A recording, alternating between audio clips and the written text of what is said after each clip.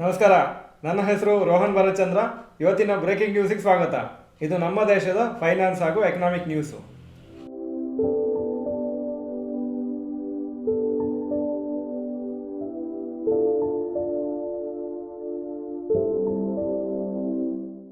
News number 1, GST collections for November 1.68 lakh crores.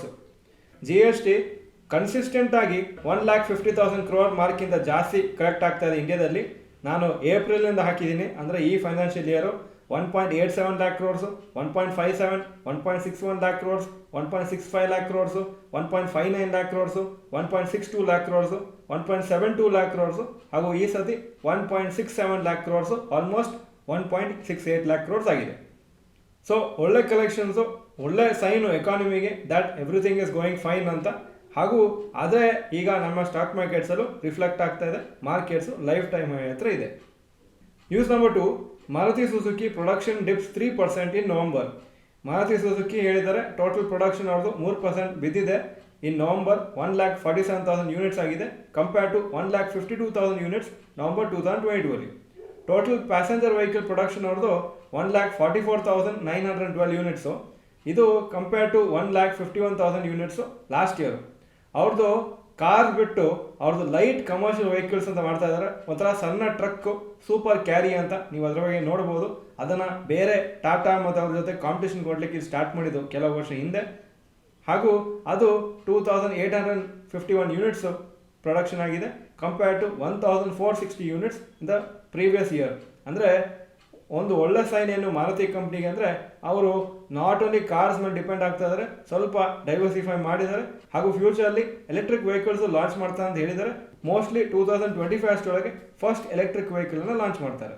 News number 3, Adani group plans to raise 2,900 crores. Adani group approximately 2,900 ಕೋಟಿ ರುಪೀಸಲ್ಲಿ ಅವರು dollar bonds ಆಗಿ next year ತಗೊಳ್ತಾರೆ. ಹಾಗೂ ಇದು ಯಾಕೆ ತಗೊಳ್ತಾ ಇದೆ ಅಂದರೆ ಅವ್ರದ್ದು ಯಾವುದೋ ಹಳೆ ಲೋನ್ಸು 4,000 ಕೋಟಿ ಹೊರತು ಅದನ್ನು ಬೇಗ ತೀರಿಸಲಿಕ್ಕೆ ಟ್ರೈ ಮಾಡ್ತಾ ಇದ್ದಾರೆ. ಆ ಪರ್ಟಿಕ್ಯುಲರ್ ಲೋನ್ಸ್ ಡ್ಯೂ ಇದ್ದಿದ್ದು ಅಥವಾ ಬಾಂಡ್ ಡ್ಯೂ ಇದ್ದಿದ್ದು ಡಿಸೆಂಬರ್ 2024. ಹಾಗೂ ಜುಲೈ 2024 ಕೆಲವು ಬಾಂಡ್ ಮೆಚ್ಯೂರ್ ಆಗ್ತಾ ಇದೆ. ಅಂದರೆ ಬೇರೆಯವರಿಂದ ದುಡ್ಡು ತಗೊಂಡಿದ್ದು ಇನ್ಸ್ಟಿಟ್ಯೂಷನ್ಸಿಂದ, ಅದನ್ನು ಬೇಗ ತೀರಿಸಲಿಕ್ಕೆ ಟ್ರೈ ಮಾಡ್ತಾ ಇದ್ದಾರೆ.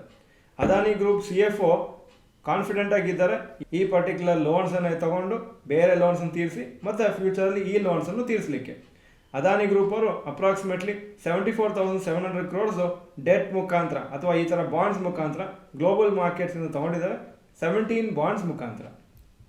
News number 4, rapid news.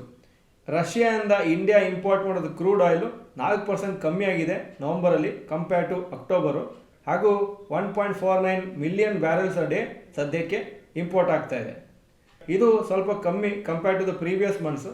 Russia ಆದ್ರೂ major supplier of crude oil ಆಗಿದ್ದಾರೆ ಇಂಡಿಯಾಕ್ಕೆ.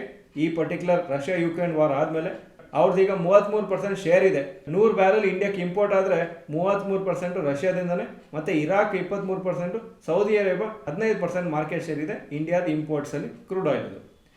ಅದಾನಿ ಗ್ರೂಪ್ ಅವರು ನೆಕ್ಸ್ಟ್ 10 yearsಲ್ಲಿ 7 lakh crores ಇನ್ವೆಸ್ಟ್ಮೆಂಟ್ ಮಾಡ್ತಾರೆ ಇನ್ಫ್ರಾಸ್ಟ್ರಕ್ಚರ್ ಪ್ರಾಜೆಕ್ಟ್ಸಿಗೆ ಅಂತ ಹೇಳಿದ್ದಾರೆ. ಹಾಗೂ ಇಂಡಿಯಾದ ಫಾರಿನ್ ಎಕ್ಸ್ಚೇಂಜ್ ರಿಸರ್ವ್ಸ್ $2.54 ಬಿಲಿಯನ್ ಜಾಸ್ತಿ ಆಗಿದೆ, $597 ಬಿಲಿಯನ್ ಆಗಿದೆ ಆ್ಯಸ್ ಆನ್ ನವಂಬರ್ 24. ಈ $1 ಬಿಲಿಯನ್ ಅಂದರೆ $1 ಬಿಲಿಯನ್ ಅಂದರೆ 8,000 ಕೋಟಿ ಅಪ್ರಾಕ್ಸಿಮೇಟ್ಲಿ. ಸೊ ನೀವು ಮಲ್ಟಿಪ್ಲೈ ಮಾಡಿ ನೋಡ್ಬೋದು ಎಷ್ಟು ದೊಡ್ಡ ಅಮೌಂಟು. ಅಪ್ರಾಕ್ಸಿಮೇಟ್ಲಿ 48-49 ಲಕ್ಷ ಕೋಟಿ ಆಗುತ್ತೆ ಅದು. ಇದು ಇವತ್ತಿನ ಬ್ರೇಕಿಂಗ್ ನ್ಯೂಸು. ವಿಡಿಯೋ ಚೆನ್ನಾಗಿದ್ರೆ ಲೈಕ್ ಬಟನ್ ಪ್ರೆಸ್ ಮಾಡಿ, ಹಾಗೂ ವಿಡಿಯೋ ನಿಮ್ಮೆಲ್ಲ ಫ್ರೆಂಡ್ಸ್ಗೂ ಕಳಿಸ್ಕೊಡಿ. ನಮ್ಮ ಚಾನಲಿಗೆ ಸಬ್ಸ್ಕ್ರೈಬ್ ಮಾಡಿಲ್ಲ ಅಂದರೆ subscribe button, bell icon press ಮಾಡಿ. ವಿಡಿಯೋ ನೋಡೋದಕ್ಕೆ ಧನ್ಯವಾದಗಳು. ನಮಸ್ಕಾರ.